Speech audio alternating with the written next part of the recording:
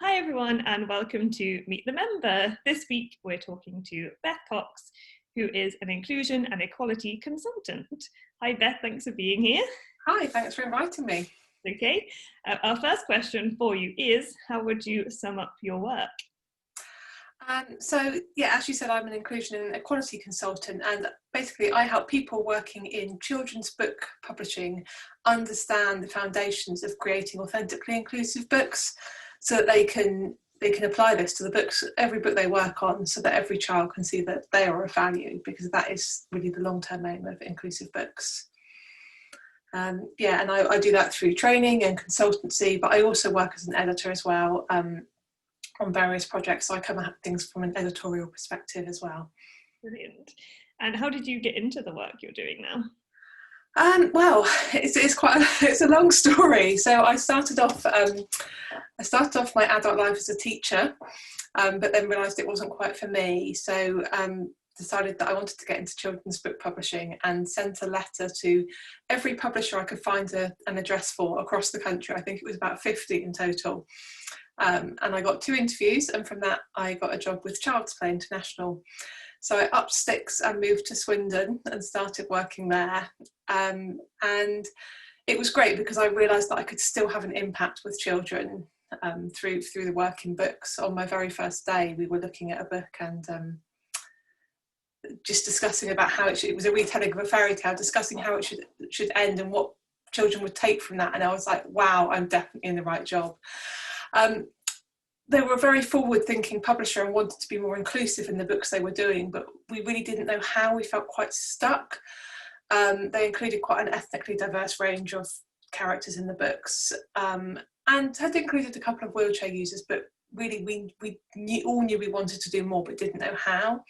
And I came across an article about the In the Picture project, which was funded by run by Scope, and it was National Lottery funded from 2005 to 8. So I got in touch with them and ended up on the steering group for the project.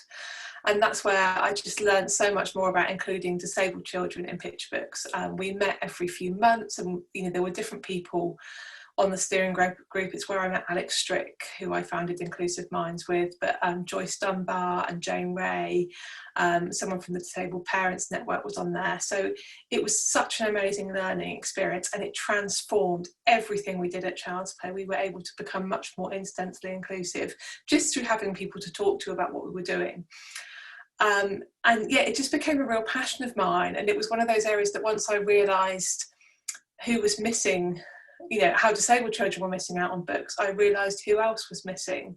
And it all tied up because actually when I was at school, before I trained to be a teacher, I'd done some volunteer work in a primary school that included a lot of disabled children. So I'd seen the impact of inclusion in real life, so it was really powerful to be able to bring that to books.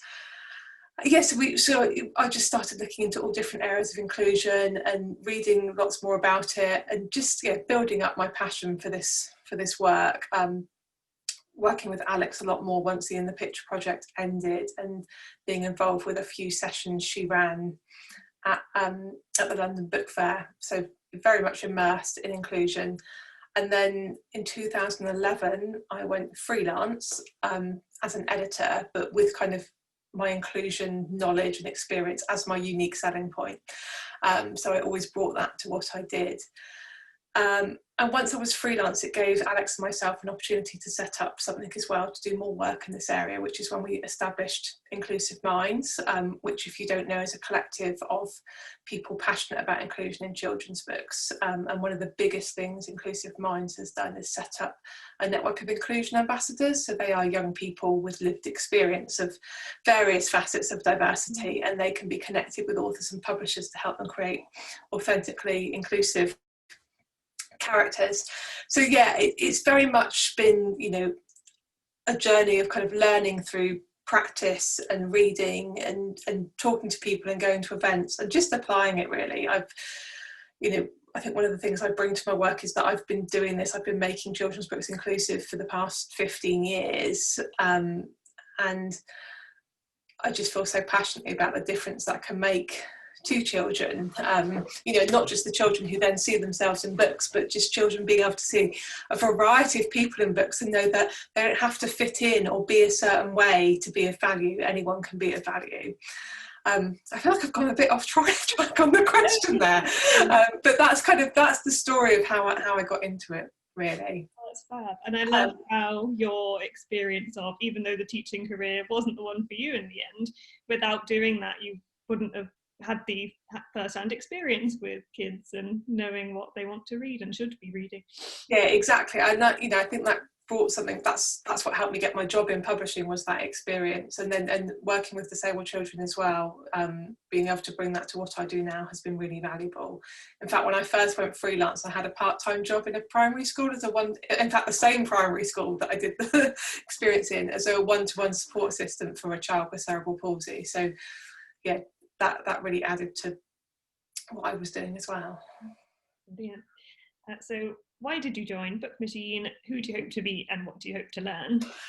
So I've had my first experience of Book Machine in 2012 when I moved to Oxford, and didn't know anyone. So went to a couple of the Book Machine events there and thought it was great. It was a brilliant way to meet different people working in different areas of publishing and just get to know everyone. And in fact, I actually spoke at one of the Oxford Book Machine events, I can't remember when, but a few years ago. However, since having a child, I don't really get to many networking events anymore, and so I wasn't as involved in Book Machine because I just couldn't attend any of the events, and I have moved out of Oxford now as well. So once it went all online, I was like, well, this is brilliant. It's a great opportunity because it's really important to me to stay connected with the publishing industry and be involved with it, even though I live in the sticks out of London. So even when I do go in for meetings, I often can't stay for the networking events. I have to get back. So yeah, it being online, it was a very easy decision for me to make to be a part of Book Machine again and get involved in the discussion and the activities. We're happy to have you, for sure. My final question for you is, what are you working on at the moment and what excites you about it? Oh, I'm so excited about what I'm doing at the moment because I've recently developed some new programs for people working in publishing, because what I realised is that when I'm working on one book at a time in consulting on it, I'm having a limited impact. So, it's going to take me a lot of time to, transform every book in the industry, which is my aim. I'm thinking big here. So this happened kind of over lockdown as well. When I was at home with a child, I didn't have the same desk time that I'd had previously. So I decided to take what I've been working on and put it into a training program. But I didn't just want it to be straightforward training, because anyone can go to a training session and you're super inspired, going, oh yeah, that's great, I'm going to do that. And then you get back and you've got a million emails and you've got a to-do list as long as your arm, and you forget about what you've learned or how to apply it to what you're working on. So what I decided to do was develop a program that was a mixture of training and consultancy. So each week I'm kind of drip feeding an element of how to approach inclusion in books, but then also adding sessions where we're talking about, okay, well, what projects are you working on right now and how can you apply what I've talked about to that project? And the original aim was for it just to be for publishing companies, so children's book publishing companies. But when I started talking about it, I had so many freelancers who were interested in this. So I decided to develop a version for freelancers as well. So it's very similar content, but whereas the version for publishers, I kind of have one-to-one support or one-to-a-team support.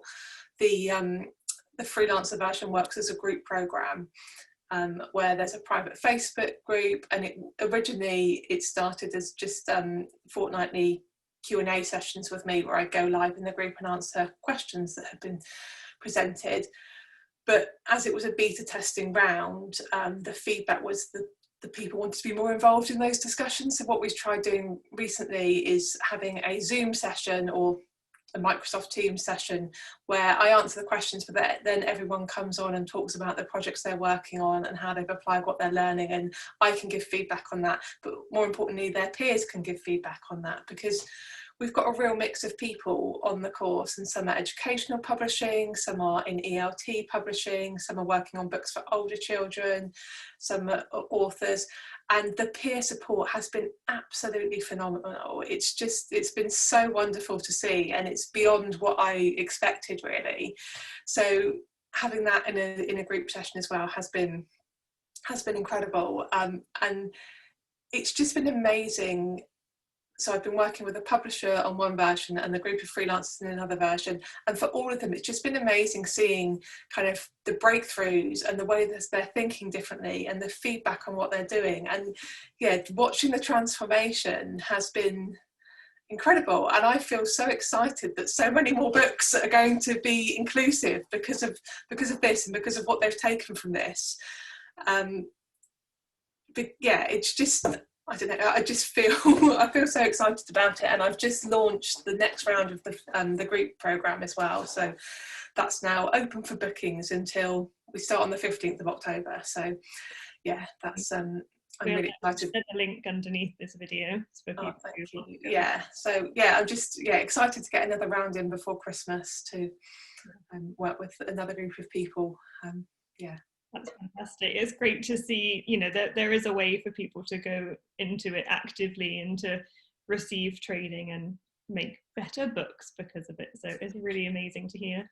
Yeah, and I think sometimes, I mean, what I see in the industry is people have got really good intentions around inclusive books, but because they don't understand necessarily how it needs to be approached, I'm seeing a lot of kind of common pitfalls or books about diversity, which really, that's not what we need. We just need kind of great incidental inclusive books. And I realise that I can help people understand how to do that. So brilliant. Thank you so much for joining us today and telling us more about your role. It's really, really interesting. And we hope to connect with you on the community really soon. Thank you. Bye.